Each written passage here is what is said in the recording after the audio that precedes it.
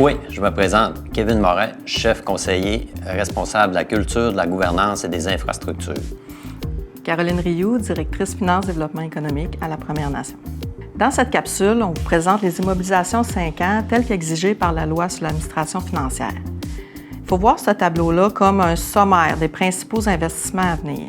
Ça reste que le tout est une prévision selon les projets connus à la date de la présentation puis de la préparation de ce plan d'immobilisation. Celui-ci sera ajusté annuellement selon les modifications et ajouts en cours d'année. Certains projets seront retardés ou modifiés, tandis que d'autres seront ajoutés ou annulés. Ce plan permet surtout de visualiser les différentes ressources nécessaires à la réalisation des projets, autant financières, matérielles qu'humaines. Voici donc le tableau des immobilisations 5 ans. Le projet de Catascomic.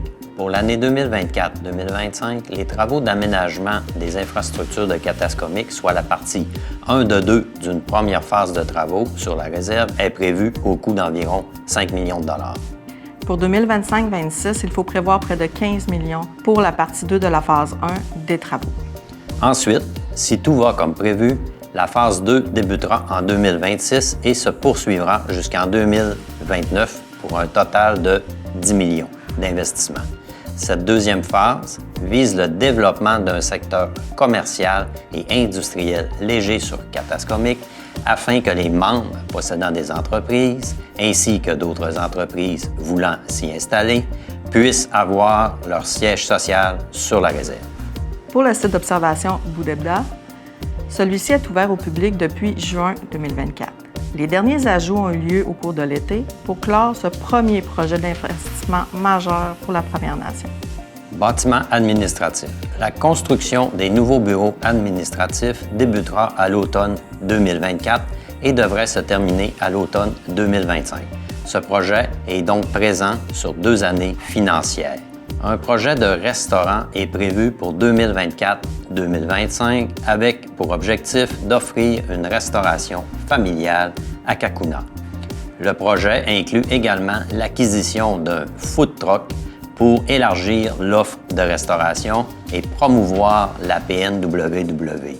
Le coût total estimé est de 600 000 $. Pour le centre culturel, ce projet est en cours de développement et on prévoit des coûts de 500 000 $ au niveau de l'année 2024-2025.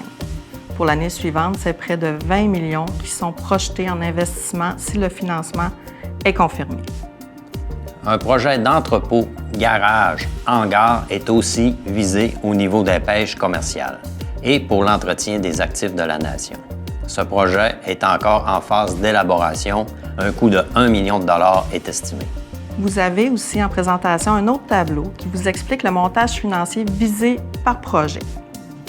Celui-ci illustre les investissements prévus pour la Première Nation, les prêts à obtenir et les subventions recherchées pour financer ces projets.